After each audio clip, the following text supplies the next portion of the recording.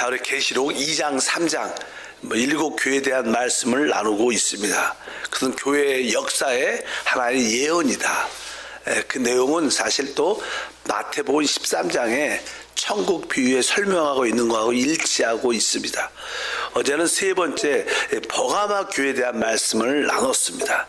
버가마 교회는 바로 세상과 결혼한, 세상과 연합된 교회의 모습을, 우리가 알다시피 로마의 제국 가운데 있었을 때 이 콘스탄틴 황제가 그 기독교를 바로 그냥 자기의 국가 교회로 만들어냅니다. 기독교 국가를 만들어서 교회를 받아들이게 됩니다. 그러니까 나라의 종교로 기독교를 삼으니까 뭐 믿는 사람이나 그렇지 않은 사람들, 모든 사람들이 그냥 다 교회 안에 들어오게 흡수되는 그런 모습이, 사실 교회의 실제는 성령으로 거듭난 사람만이 교회이죠.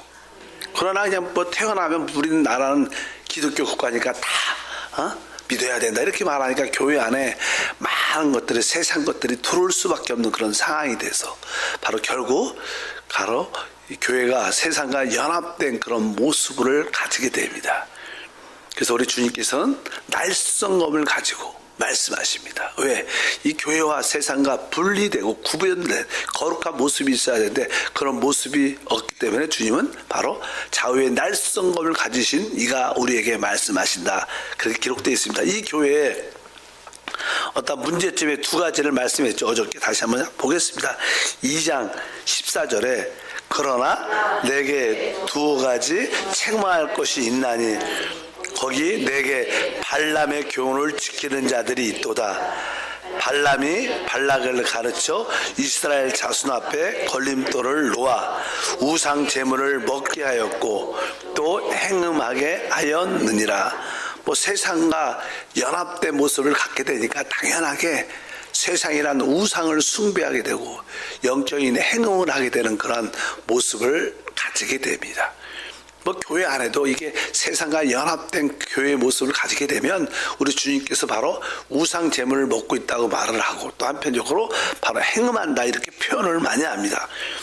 또 하나의 두 번째 문제점은 15절에 기록되어 있죠. 이와 같이 내게도 니골라당의 교훈을 지키는 자들이 있도다. 니골라당의 교훈, 니골라당의 교훈은 것은 어떠한 성직 제도를 이렇게 확립시켜 놓은 것입니다. 원래 이제 나는 교회 안에 세상의 모든 사람들이 다 들어와 버리니까 이 거듭나지 않고 말씀을 알지 못하고 하나님을 체험하지 못하는 사람들은 하나님께 교회에 들어와서 봉사할 수, 원래 교회는 그리스도의 몸으로서 우리는 다 형제요 또 지체입니다. 그래서 모든 지체들은 각자의 자기의 기능들이 있어요. 그래서 우리는 다 주님이 주신 그 달란트 기능대로 주님을 섬기는 봉사도 해야 되는데 그냥 거듭나지 않은 사람들은 그냥 다 들어오니까 그들은 뭐 기능도 없죠. 성령을 거듭나지 않아요. 봉사할 줄을 모르죠. 그러니까 할 수 없이 어떠한 중간 계층을 만들어서 그런 사람들을 인도하는, 어떻게 보면 이렇게 성직자 제도의 시작이라고 말씀드렸습니다. 특별히 나는 원래 우리 모든 성도들은 다 그리스도 안에서 뭐예요? 왕 같은 제사장입니다. 우리 모두는 다 제사장으로, 보통 일반적으로 보편적인 제사장이라고 보통 말하죠. 그래서 우리 모두는 다 하나님께 제사장으로 부름을 받은 줄 믿습니다. 우리 모두가 각자의 기능을 가지고 다 같이 하나가 돼서 같이 주님을 섬기는 것인데 이제 일반적인 사람들은 섬기지를 못하게 하고, 그래서 그런 어떠한 조금은 교회 안에 어떠한 직분을 이렇게 계급화시키는 그런 모습을 갖게 돼서 바로 우리 주님께서 니골라당의 교훈을 가지고 있다, 그런 이야기를 하고 있습니다. 베드로전서 2장 5절에 너희도 산도로 같이 신령한 집으로 세워지고 예수 그리스도로 말미암아 하나님이 기쁘게 받으실 신령한 제사를 드릴 거룩한 제사장이 될지라. 여기 그냥 제사장이라는 단어는 복수입니다. 복수. 우리가 제사장으로 봉사한다는 것은 우리 모두가 함께 하나가 돼서 봉사한다는 그런 뜻을 가지고 있습니다. 그래서 우리가 모든 성도들이 다 각자의 기능을 가지고 다 주님을 섬기는, 함께 섬기는 그러한 어떠한 봉사를 깨뜨리게 하는 그런 니골라당의 그러한 교훈 가르침이 있었다. 그것을 우리 주님께서 나는 그것을 미워한다. 이렇게 말씀을 드렸습니다. 이제 이 교회에게 주님이 이기는 자에게 주시는 말씀이 기록되어 있습니다. 2장 17절에 기 있는 자는 성령이 교회들에게 하시는 말씀을 들을지어다. 이기는 그에게는 내가 감추었던 만나를 주고 또 신도를 줄 터인데 그 돌 위에 새긴 새 이름을 기록한 것이 있나니 받는 자밖에는 그 이름을 알 사람이 없느니라. 이렇게 말씀을 합니다. 사실 기본적으로 첫 번째 이제 이기는 그에게는 내가 감추었던 만나를 준다. 감추었던 만나. 사실은 교회의 신앙생활의 많은 부분은 이렇게 감춰져 있는 부분이 참 중요합니다. 우리가 마태복음 13장에 보면 그 보화가 땅에 감춰져 있다. 감춰져 있다. 근데 우리가 그것을 발견한 다음에 우리의 소유를 다 팔아서 그것을 산다는 그런 표현이 있는 것처럼 항상 이 교회의 참된 실제는 많은 부분이 감추어져 있습니다. 드러난 게 아니죠. 어느 번가모 교회가 여러 가지 의미가 있지만 이렇게 거기 세상과 연합됐다 이런 뜻과 축성된 탑, 외적으로 보이는 이렇게 높이 외적으로 보이는 행위의 모습을 강조를 많이 하는 그런 것들이 교회의 모습이 많이 있다는 거예요. 그러나 교회의 실제는 많은 부분이 감춰져 있다. 우리 주님도 너희가 오른손이 하는 일을 왼손이 모르게 하라. 우리의 많은 봉사의 부분이 보이는 부분보다 보이지 않는 그런 부분이 훨씬 많아야 됩니다. 그것이 사실 교회의 실제의 모습인 줄 믿습니다. 근데 외적으로 그냥 보이는 모습만 강조하고 외적의 모습만 강조하는, 그래서 우리 주님께서 바로 감추었던 만나를 주겠다 이렇게 말씀을 합니다. 그래서 이 이기는 자다, 이기자는 것은 보이는 외적인 행위보다 보이지 않는 내적인 그러한 모습을 많이 가지고 있어야 된다고 말씀을 드립니다. 특별히 두 번째 보니까 아까 뭐라 썼냐면 이기는 그에게 내가 감춰졌던 만나를 주고 또 신도를 줄 터인데 그 돌 위에 새 이름을 기록한 것이 있나니 받은 자밖에 그 이름을 알 사람이 없다. 뭐 신도를 준다는 것은 뭐 원래 그냥 신색은 하나님 앞에서 의롭다함을 받고 하나님께서 인정했다는 그런 뜻. 뭐 세마포 막 그러잖아요. 그러니까 하나님께서 인정한, 하나님께서 의롭다고 인정한 그런 어떠한 기준을 말하죠. 하나님께서 바로 신도를 주겠다. 그러니까 우리는 하나님께 인정받는 사람이 돼야지 세상에서 인정받는 사람이 돼서는 안 된다. 많은 교회 안에서도 세상 안에서 인정받으려는, 외적으로 인정받으려는 것보다도 하나님께 인정받는 그러한 어떠한 고난과 핍박도 두려워하지 말아야 될 줄 믿습니다. 그럴 때 우리 주님은 뭐 감추인 만나도 주시고 하나님께 인정받는 그러한 신도를 우리 가운데 더해 주실 줄 믿습니다. 그래서 이 버가모 교회는 교회의 어떤 실제적인 어떤 본성이 바뀌는 모습이죠. 교회는 좀 감춰졌던 그런 모습인데 자꾸 외적으로 드러나는 세상과 연합되는 그런 모습으로 변질되기 교회가 시작됩니다. 교회가 이런 역사가 거의 아까 말씀드린 것처럼 이 핍박이 한 열 황제에 의해서 계속 되다가 200년 이상 핍박이 되다가 이제 콘스탄틴 황제가 313년부터 이제 이 기독교를 자기의 국가 교회로 종교로 만들고 나서 이제 한 200년 이상 계속 그 흐름이 쭉 갑니다. 200년 이상 교회가 세상화되죠. 세상화됩니다. 그리고 나서 이제는 200년 지나니까 거의 한 6세기 정도쯤에 이제는 그 교회가 교황 제도로 정착을 갖게 됩니다. 그러면서 이제는 우리가 소위 말하는 캐톨릭 교회로 변모하게 됐죠. 변모하게 돼. 세상적인 교회에서 이제 사실 이게 버가모 교회는 세상적인 교회인데 주로 이제는 나라에서 국가 종교로 만들었기 때문에 국교회, 국가가 통제하는 교회의 모습을 갖게 된 거예요. 그러나 이제 그 국가에서 통제하는 모습을 벗어나서 이제 이 캐톨릭 중심적인 뭐 그 당시만 해도 세계 역사에 보면 뭐 교황이 더 파워가 있을 때가 있었고 황제가 더 파워가 있을 때가 있었습니다. 그래서 어느 때는 이게 로마 시대에 쭉 흐르게 보면 교황이 파워가 있으면 더 우세했고 또 어느 때는 황제가 더 파워가 강하면 그 황제가 그 교황을 다스리는 그런 모습을 보이지 않게 정치적인 그런 연락이 관련이 많이 돼 있었습니다. 그런 흐름이 쭉 지나가서 그냥 교황 제도가 확립되는 그 캐톨릭 교회의 시작을 갖게 되는 이제는 두아디라 교회의 모습을 갖게 됩니다. 그 다음 교회가 이제는 두아디라 교회가 나와요. 이 두아디라 교회의 모습에 대해서 한번 읽어보면 18절부터 20절에 기록되어 있죠. 두아디라 교회의 사자에게 편지하라. 그 눈이 불꽃 같고 그 발이 빛난 주석 같은 하나님의 아들이 이르시되 내가 내 사업과 사랑과 믿음과 성김과 인내를 아노니 내 나중 행위가 처음 것보다 많도다. 그러나 내게 책망할 일이 있노라.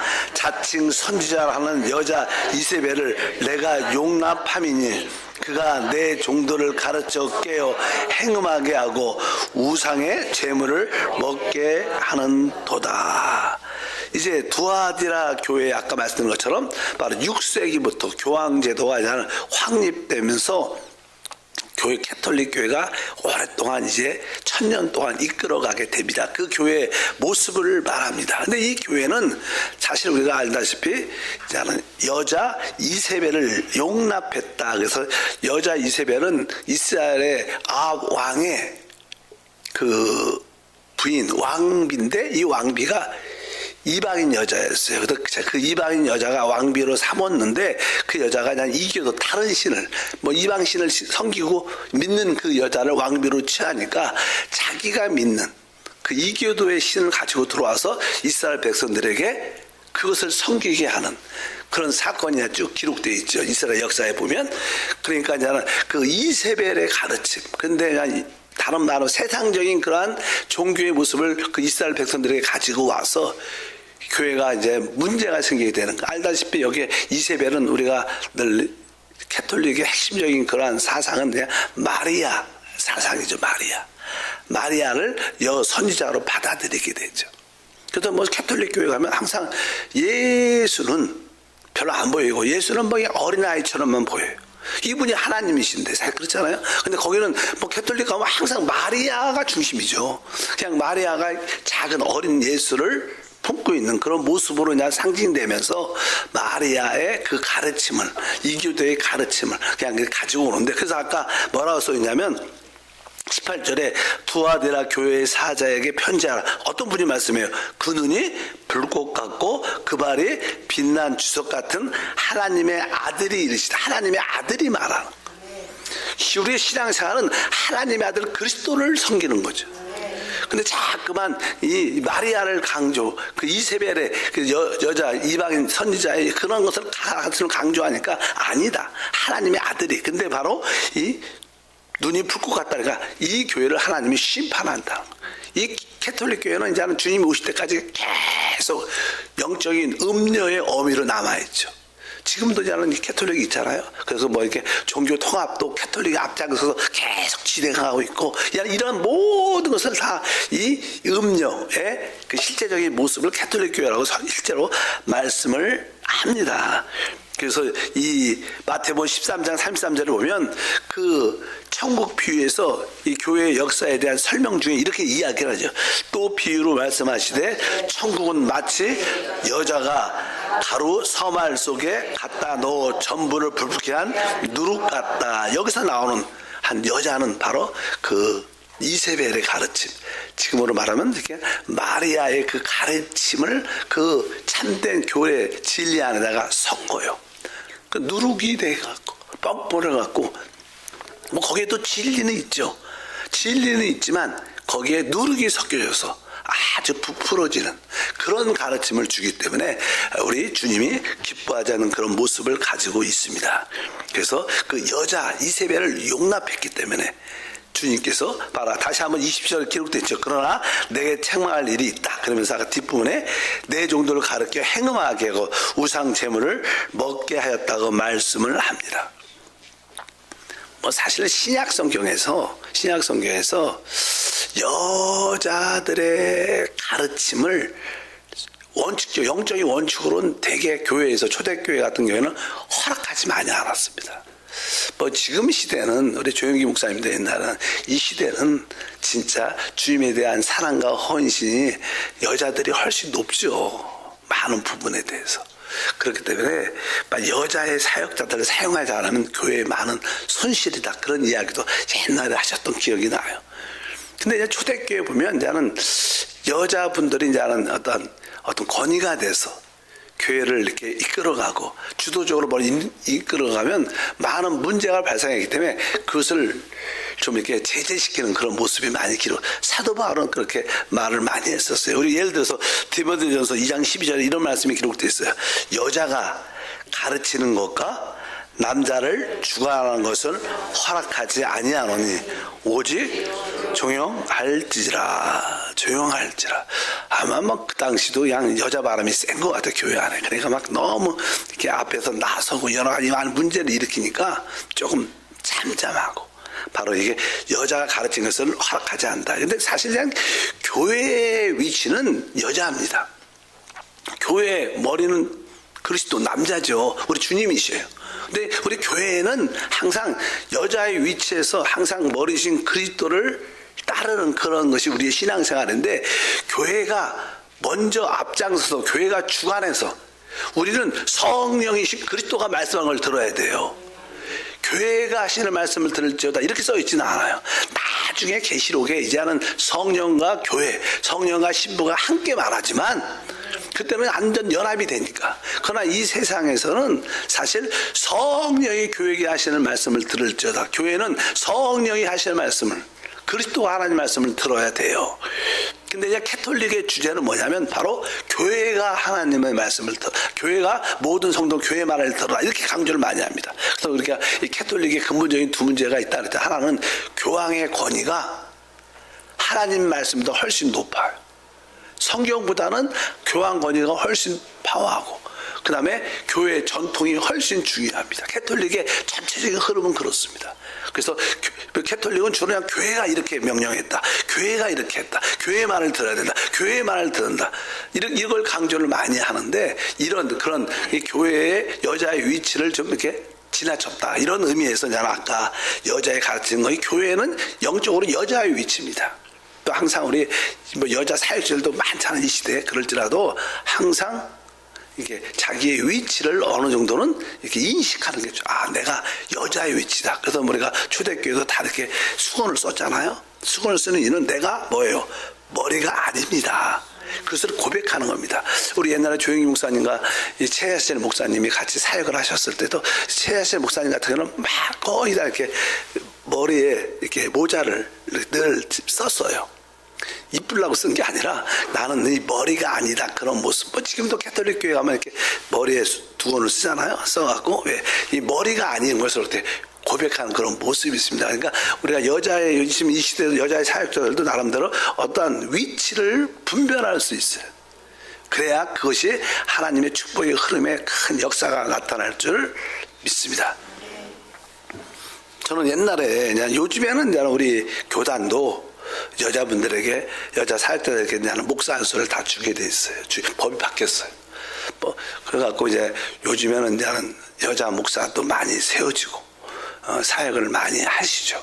근데 몇 년 전만 해도 그렇게 안 했습니다. 근데 세상의 흐름이 점점 그렇게 가니까 목사 제도도 바뀌고. 저도 한때는 이렇게 보수적인 신앙 관점이 많아서 여자 사역자들이 목사 안수를 받는 거를 그렇게 그렇게 제 개인적인 느낌이 아니라 그냥 성경의 어떤 권위의 질서에 순종한다는 개념에서 그건 그런가 보다 생각을 많이 했었는데, 그래도 우리 교회도 처음으로 옛날에 우리 같이 사역했었던 김명문 목사님 목사 안수 받으셨죠, 우리 교회에서. 그래서 그때부터 조금, 그리고 나서 또 이제 시대가 지나면서 앞으로도 우리 여자 교육자들이 어떤 기준이 되고 또 이렇게 봉사의 기관이 되고 또 교단의 규칙에 합당하면 뭐 목사 안수를 줘야 된다고 생각을 저도 많이 갖습니다. 어쩌든지 이러한 의미, 이 교회는 특별히 성령의 음성보다는 교회의 건의에, 교회의 성도들은 모든 캐톨릭 믿는 자들은 신자들은 다 교회가 이렇게 말씀입니다. 순종해야 돼. 교회가 말씀입니다. 이렇게 순종해야 돼. 그런 모습이 되게 캐톨릭에 많죠. 그냥 그런 모습에 대해서 그냥 주님이 그냥 책망하는 그런 모습을 가지고 있습니다. 우리는 교회이기 때문에 우리는 성령의 음성을 듣는 교회가 돼야 된다. 이것이 가장 기본적인 자세인 줄 믿습니다. 그래서 이 교회에 대해서 주님께서 말씀하시는데, 그래서 이 두아데라 교회는 거의 아까 말씀드린 한 6세기부터 시작돼서 6세기부터 아까 버가모 세상과 연합된 교회가 한 200년 이상 계속 세상과 연합된 그런 모습으로 국가가 중심적인 그런 교회의 모습으로 계속 이끌고 왔다가 뭐 국가가 죽어나니까 세상적일 수밖에 없죠. 국가가 곧 세상이니까. 그리고 나서 이제 캐톨릭 교회가 두아데라 교회가 형성되는데, 뭐 알다시피 형성되는 여러 가지 이유도 있지만 지금은 우리 로마 캐톨릭은 뭐 독일, 이탈리아에 있죠. 지금 바티칸. 근데 이제는 무솔리니가 그 당시에 이탈리아를 통치하는 그럴 때 이제는 그 바티칸을 독립국가로 인정해 줍니다. 그래서 알다시피 우리 그 바티칸은 독립국가예요, 독립국가. 자체적인 법도 있고 자체적으로 운영하지 그 이탈리아의 영향을 받지 않습니다. 아마 그 당시 파시스트라 그러죠, 파시스트. 우리 독일은 나치스트라 그런 얘기 많이 하는데 파시스트는 조금 이렇게 국가가 모든 국민들을 통제하고 국가 중심적인 전체주의라 그러죠. 모든 통제하는, 보통 우리가 자유민주주의는 좀 그거의 핵심은 좀 미국 같은 나라죠. 미국은 뭐 개인의 어떤 자유, 어떤 그런 권리, 그것을 훨씬 높이 세우죠. 그러니까 개인의. 근데 나는 파시스트가 되면 국가가 강한 전체적인 중에서 국가가 통제하고 국가가 못 이끌어가려는, 뭐 우리나라도 조금 그렇게 화가죠. 자유, 국민의 개인적인 자유와 보장을 좀 이렇게 조금 이렇게 빼앗는 것을 이제 좀 없애면서 국가가 통치해서 국가가 조금 이렇게 공산화, 사회화 돼가는 그런 때, 이제는 무솔리니가 그 당시 파시스트이즘을 주장하면서 강한 나라를 이끌어가죠. 뭐 지도자가 강하면 그렇게 되죠.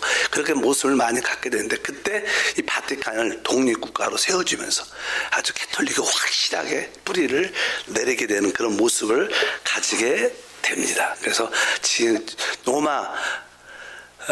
우리 캐톨릭이 세계를, 종교를, 우리 기독교라는 것을 오랫동안 1000년 이상을 이끌고 가고, 그 후에 이제는 종교 개혁이 일어난다. 그래서 그런 기간을 우리가 암흑시대라고 말해. 종교의 암흑시대. 왜? 그냥 참된 신앙의 회복이 없었기 때문에 그런 이야기가 쭉 기록되어 있습니다. 그래서 이 두아데라 교회가 캐톨릭 교회를 상징하나. 그러니까 아까 7교회의 가정은 그냥 초대교회부터 시작했고, 앞으로 그 다음에는 뭐가 나와요? 4대 교회가 나와. 4대 교회는 그냥 개신교를 의미합니다.